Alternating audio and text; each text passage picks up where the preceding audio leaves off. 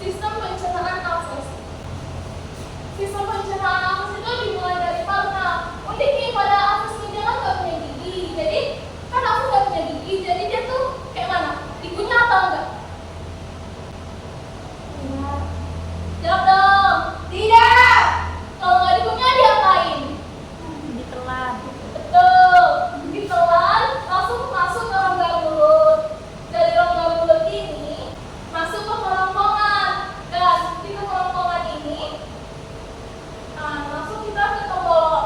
Disimpan ke tenggorok. Tenggorok itu menyimpan makanan pada nafas ya. Kemudian makanan akan didorong ke dalam lambung dan akan diserap secara kimiawi dalam lambung ini. Lalu masuk ke usus. Di usus ini dia akan menyerap sari-sari makanannya, lalu akan dikeluarkan melalui kloaka. Selanjutnya itu yang terakhir, sistem pencernaan mamalia. Sistem pencernaan mamalia itu secara garis besarnya itu dimulai dari makanan yang masuk ke rongga mulut sapi, terus didorong ke kerongkongan, terus dia akan masuk ke perut besar, langsung masuk ke perut jawa, dan berlanjut ke perut hitam. Dari perut hitam ini akan masuk ke perut masam dan masuk ke usus. Terakhir, makanannya akan dikeluarkan melalui anus. Mirip-mirip aja sih sistem pencernaan pada vertebrata ini. Selanjutnya untuk lebih jelasnya agar teman-teman lebih mengerti, kami akan menampilkan video animasi tentang sistem pencernaan hewan pada vertebrata.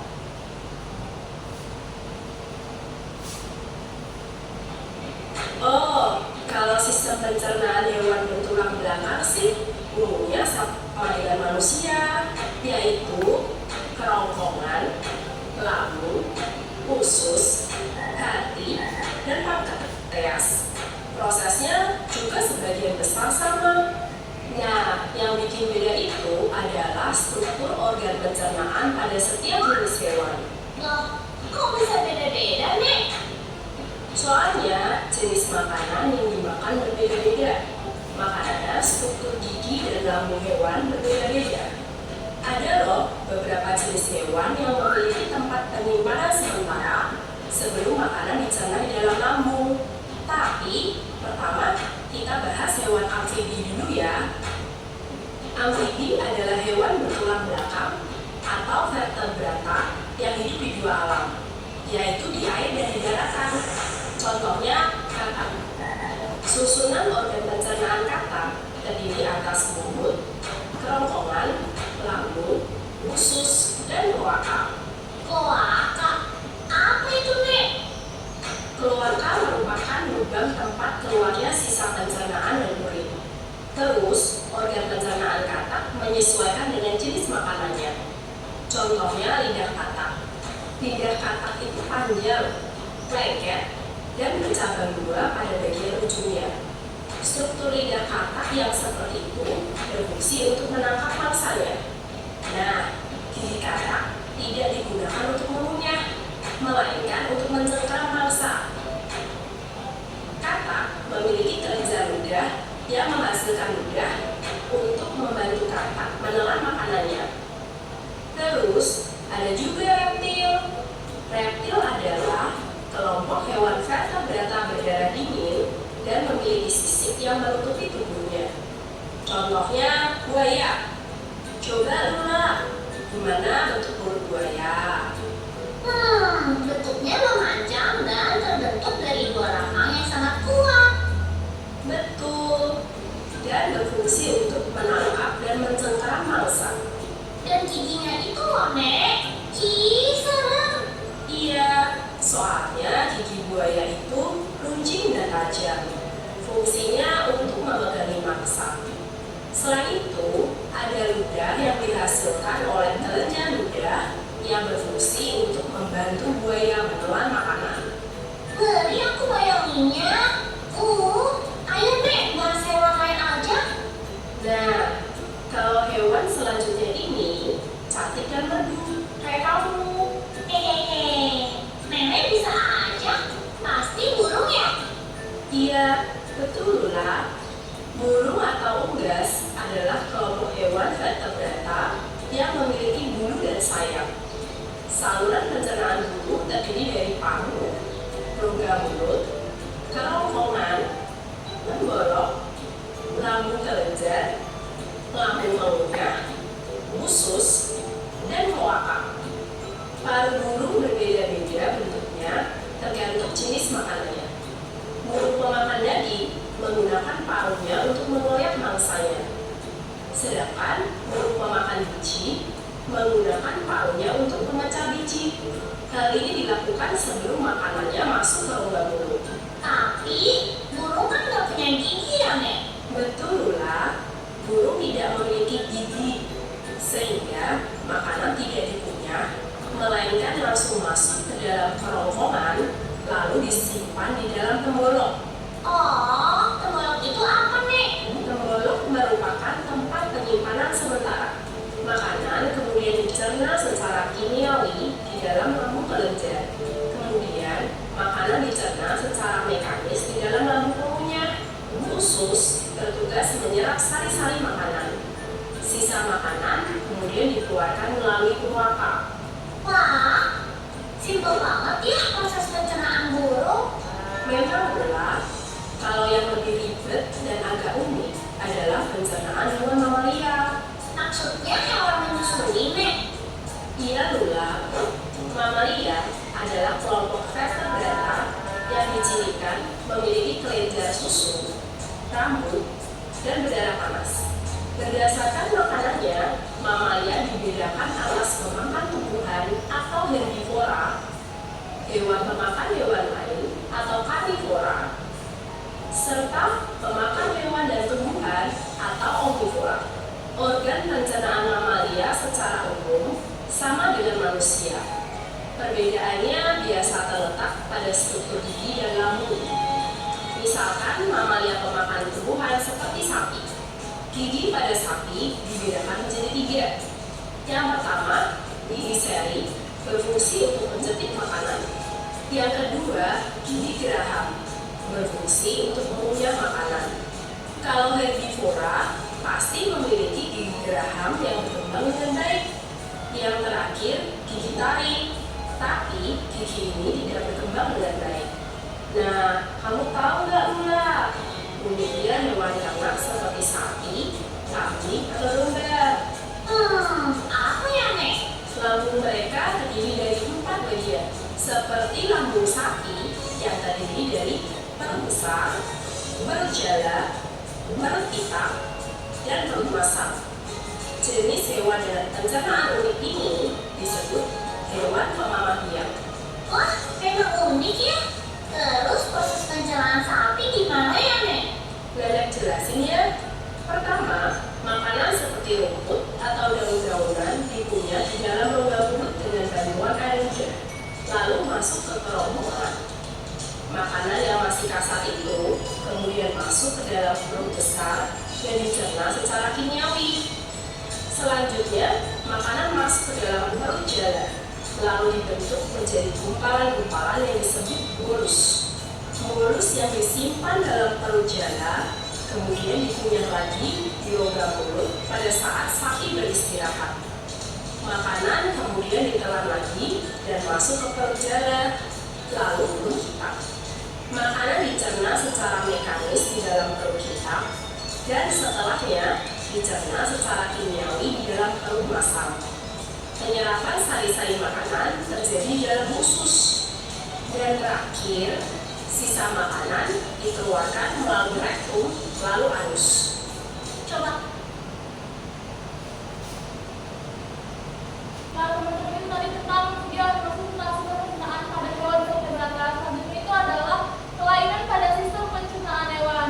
Kelainannya itu ada 5. Yang pertama itu adalah kesulitan menangkap atau memajukan makanan, misalnya amuba, moluska, arthropoda atau burung yang bisa berupa penyumbatan pada pembawanya. Selanjutnya itu adalah makanan yang tidak terurai atau nutrisi yang tidak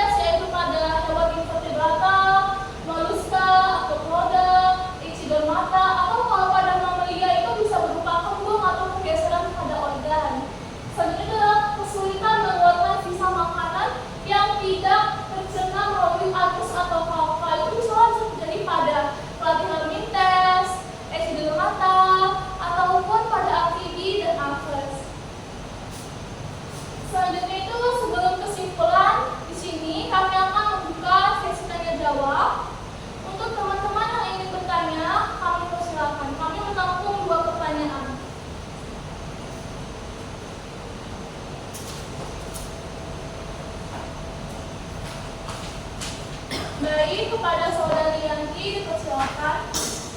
Baik, saya Yanti Gulko ingin bertanya kepada kelompok mengenai proses pencernaan moluska. Pertanyaannya, jelaskan bagaimana proses pencernaan moluska yang dijelaskan tadi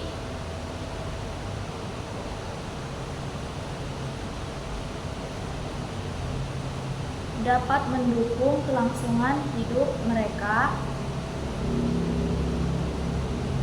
di lingkungan laut.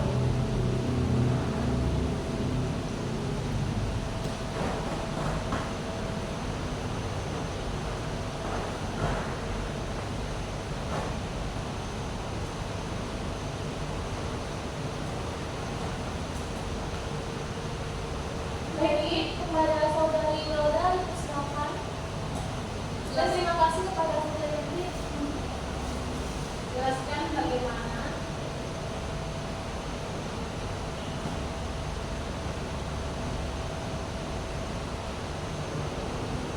adaptasi sistem pencernaan ikan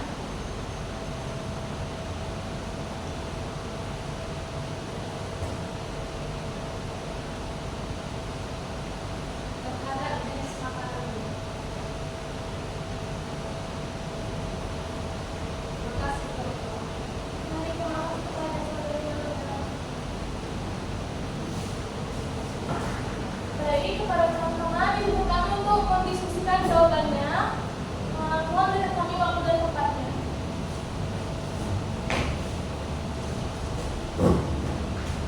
Baik, di sini kami akan menjawab pertanyaan dari teman-teman tadi. Untuk pertanyaan pertama yang akan dijawab oleh saudari Asmani kepada rekan saya saudari Asmani ini dipersilakan. Baik, saya akan menjawab pertanyaan dari saudari yang sekarang. Jelaskan bagaimana proses pencernaan moluska dapat mendukung kelangsungan hidup mereka di lingkungan laut. Jadi saudari Yanti, proses pencernaan moluska sangat beragam dan mendukung kelangsungan hidup mereka di laut melalui adaptasi spesifik terhadap sumber makanan. Moluska memiliki penyaring seperti bivalvia menggunakan insang dan stileta untuk menyaring partikel mikroskopis dan air. Sementara gastropoda pengikis atau grazer memanfaatkan radula untuk mengikis alga. Lalu cephalopoda predator memiliki paru kuat dan kelenjar racun untuk mencerna mangsa hidup. Secara umum, kelenjar pencernaan pada moluska sangat efisien dan dalam memecah nutrisi, dan panjang usus mereka bervariasi sesuai diet. Keberagaman adaptasi ini memungkinkan moluska mengisi berbagai niche ekologis, mulai dari pembersih air hingga predator puncak, sehingga krusial bagi keseimbangan ekosistem laut. Bagaimana saudari Yanti akan mendukung? Cukup, terima kasih kelompok. Pertanyaan selanjutnya, pertanyaan dari saudari Wilda. Jelaskan bagaimana adaptasi sistem pencernaan ikan terhadap jenis makanannya. Baik, sistem pencernaan ikan hewan itu beradaptasi erat dengan jenis makanannya ya saudari Wilda. Misalnya ikan karnivora kayak pemakan daging yang memiliki mulut lebar, gigi tajam, lambung elastis dan usus pendek, itu untuk mencerna protein hewani. Jadi kalau ikan pemakan terberat, ikan karnivora itu memiliki saringan insang yang rapat, gigi faring yang tumpul, lambung kecil atau tanpa lambung biasanya, serta usus yang sangat panjang dan berliku-liku untuk memecah serat tumbuhan. Sementara itu kalau ikan pemakan segalanya yaitu ikan omnivora itu menunjukkan kombinasi adaptasi dari keduanya, yaitu dengan sistem pencernaan yang fleksibel untuk mengolah berbagai jenis makanan. Adaptasi ini juga terlihat pada enzim pencernaan yang dominan disesuaikan dengan komposisi nutrisi dari makanan yang mereka makan. Jadi bagaimana kepada saudari Wilda, apakah merasa cukup? Cukup, terima kasih kelompok. Adakah tambahan untuk teman-teman yang ingin menambahkan? Tidak, terima kasih.